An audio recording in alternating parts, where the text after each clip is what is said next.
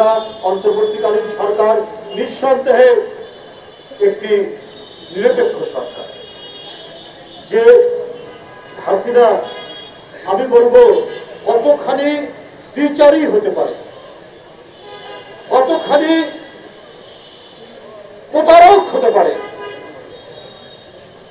নিজেই তত্ত্বাবধায়ক সরকার ব্যবস্থার জন্য জ্বালাও পোড়াও ধ্বংসাত্মক আন্দোলন করে নিজেই আবার ক্ষমতায় আসে সেটা বাতিল করে দিয়েছে।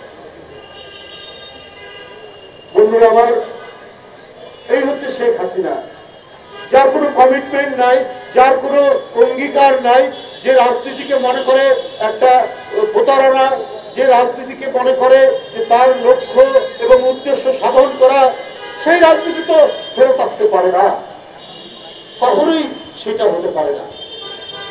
তো আজকে আমাদের কিন্তু সেই জিনিসটা দেখতে হবে। অন্তর্বর্তীকালীন সরকার একটা নিরপেক্ষ সরকার, সেই সরকারের কাছে মানুষের অনেক দাবি দেওয়া, মানুষের অনেক প্রত্যাশা যে আমরা শান্তিতে থাকবো, স্বস্তিতে থাকবো।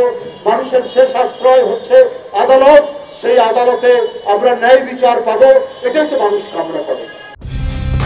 কালার এক্সপার্ট, জর্জ স্যাপ এবং মাইল্ড অন হ্যান্ডস টেকনোলজি সমৃদ্ধ অরিক্স ক্রিস্টাল ওয়াশ আপনার লন্ড্রি এক্সপার্ট। মানুষ, আমি মনে করি সরকারের আন্তরিকতার অভাব আছে তা নয়। আজকে আর্থিক ক্ষেত্রে মুদ্রাস্ফীতি অনেক কমে এসছে, জিনিসপত্রের দাম একেবারে না কমলেও মোটামুটি সেটি আর বাড়ছে না, কিন্তু কর্মসংস্থান তো হচ্ছে না। একের পর এক মিল কলকারখানা বন্ধ হয়ে যাচ্ছে, এবং যদি কর্মসংস্থান না থাকে তাহলে দুর্ভিক্ষের আলামত তৈরি হয়। আপনাদের দুই একজন উপদেষ্টা হয়তো হাঁসের মাংস খেতে পারবেন যে কোনো জায়গায়, কিন্তু জনগণ তো আর হাঁসের মাংস খেতে পারবে না। সেই আলামত, সেই পরিস্থিতি যেন সৃষ্টি না হয়। গার্মেন্ট সেক্টর থেকে 1 লক্ষ লোকের চাকরি চলে গেছে,